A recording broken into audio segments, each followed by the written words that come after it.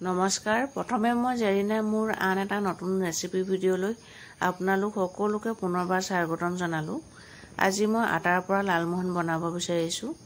এই লালমোহন আপোনালোকে যদি আগতে বনাই খোৱা নাই এবাৰ নিশ্চয় ট্ৰাই কৰিব আৰু বনাই খাই কেনেকুৱা পালে মোক কমেন্ট কৰি জনাব। এই লালমোহন আপোনালোকে যদি এবাৰ বনাই খায় তেনেহলে হোটেলৰ লালমোহনৰ কথা একেবাৰে পাহৰি যাব। খাবলৈ বহুত বেছিকৈ ভাল লাগে। আহকচোন তেনেহলে বেছি দেৰি নকৰো ভিডিঅটো আৰম্ভ কৰো আৰু এয়া বনাবলৈ আমাক কি লাগিব চাওচোন আহক। ইয়াৰ বাবে মই চাহ খোৱা কাপেৰে ৰঙা আটা 2 কাপ লৈ লৈছো। আপোনালোকে লালমোহন যিমানটো পৰিমাণত বনাব বিচাৰে সিমানটো পৰিমাণতে লৈ ল'ব আটা। আৰু ইয়াত ডাঙৰ চামুচে 2 চামুচ মানৰ জোখত পাউডাৰ গাখীৰ লৈ লৈছো আৰু এচুকুট মান বেকিং সোডা দিছো আৰু 2 চামুচ মই ঘিউ দিছো। ঘিউখিনি মই গলাই লৈছো। এতিয়া এইখিনি ভালকৈ মিক্স কৰি লম। আপোনালোকে যদি ঘিউৰ গোন্ধটো বেয়া পায় তেনেহলে ৰিফাইন তেলেও দিব পাৰে, কিন্তু ঘিউ দিলে গোন্ধটো বেছিকৈ ভাল লাগে সেয়ে মই গুড় দিছো। এয়া সব ভালকৈ মিক্স কৰা হৈ গৈছে। এতিয়া এইখিনি গাখীৰে মঠিব লাগিব। ঠাণ্ডা পানীও মঠিব পাৰে, কিন্তু ঠাণ্ডা পানীৰে মঠাতকৈ গাখীৰে মঠিলে খাবলৈ বেছি ভাল লাগে, সেয়েহে আপোনালোকে গাখীৰে মঠিব। মই এয়া গৰু গাখীৰ লৈ লৈছো। গাখীৰখিনি অলপ অলপকৈ দি মঠিব, নহলে যদি গাখীৰ সৰু হৈ যায় তেনেহলে একেবাৰে ঢিলা হৈ যাব। খুব ধুনীয়াকৈ মঠি ল'ব লাগে। মই অলপ অলপকৈ গাখীৰ দি ধুনীয়াকৈ মঠি ল'ম।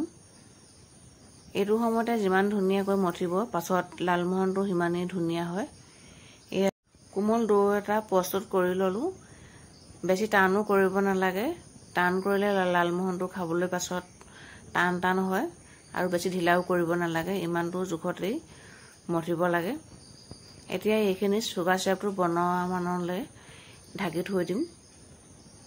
এতিয়া মই এটা চাহ বনোৱা চচপেনত 1.5 কাপ চেনি লৈ লৈছো আৰু 1.5 কাপ চেনিত 3 কাপ পানী দি লম।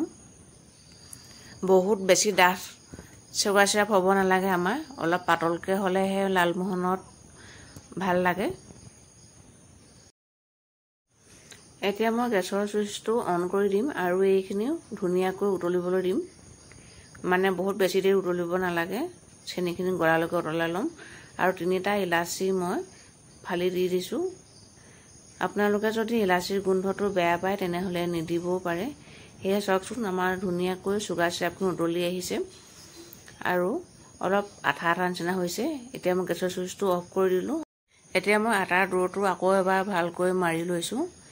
কোমল কোমল হৈ থাকিব লাগে। আপোনালোকৰ যদি আটাৰ ডোটো টান হয় তেনেহলে গাখীৰ অকমান দি আকৌ এবাৰ মঠি ল'ব। যদি টান হয় তেতিয়া লালমোহনটো খাবলৈ টান টান হ'ব, খাবলৈ ভাল নালাগিব, সেই কাৰণে কোমলকৈ মঠিব লাগে। মই বেলনাখনত দীঘলীয়াকৈ কৰি ললো আৰু সৰু সৰু লাডু কৰি গৈছো। আপোনালোকে লালমোহন যিমানটো জোখত বনাব বিচাৰে সিমানটো জোখতে লাডু কৰি ল'ব আৰু ভালকৈ এনেকৈ হাতেৰে পাক মাৰি ল'ব। এনেকৈ লালমোহনৰ চেপ দিওঁতে যদি অলপ ফাটি ফাটি থাকে তেনেহলে লালমোহনখিনি ভাজোতে পাকবিলাক খোল খাই আহিব। সেয়েহে সাৱধান হ'ব যাতে অলপো ফাক নাথাকে।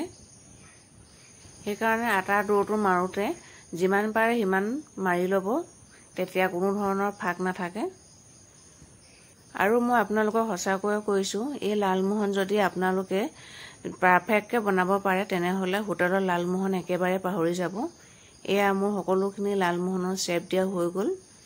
এতিয়া মই গেছৰ ওপৰত এখন কেৰাহী পাতি দিলো আৰু কেৰাহীত অলপমান ৰিফাইন তেল দি তেলখিনি অকণমান গৰম হোৱাৰ পাছত লালমোহনখিনি ভাজি ল'ম। তেলখিনি একেবাৰে গৰম হ'বলৈ নিদিব, অলপ অলপ গৰম হওঁতে লালমোহনবোৰ দি দিব আৰু গেছৰ চুইচটো মিডিয়াম টু লোত ৰাখি লালমোহনবোৰ ভাজি ল'ব। গেছৰ জুইটো যদি আপোনালোকে একেবাৰে হাই কৰি লয় তেনেহলে পটককে ৰঙা পৰি আহিব আৰু ভিতৰ অকণ নিসিজিব, সেইকাৰণে মিডিয়াম টু লো ফ্লেমত ৰাখিয়ে ভাজি থাকিব। এয়া মোৰ লালমোহনখিনি ভজা হৈ গৈছে। এতিয়া মই সুগাৰ চিৰাপত লালমোহনখিনি দি দিম। সুগাৰ চিৰাপত লালমোহনখিনি 6 ঘণ্টামান থৈ দিব লাগে, তেতিয়া ধুনীয়াকৈ সুগাৰ চিৰাপ ভিতৰলৈকে সোমাই যায়।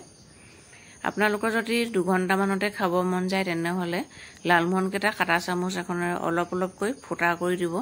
তেতিয়া চুগাৰ চিৰাপখিনি সহজেই ভিতৰলৈ সোমাই যাব। এইখিনিতে আপোনালোকক এটা ৰিকুৱেষ্ট কৰোঁ, ইমানলৈকে যদি মোৰ ভিডিঅ'টো চাই ভাল পাইছে তেনেহ'লে লাইক, শ্বেয়াৰ, কমেণ্ট কৰিব।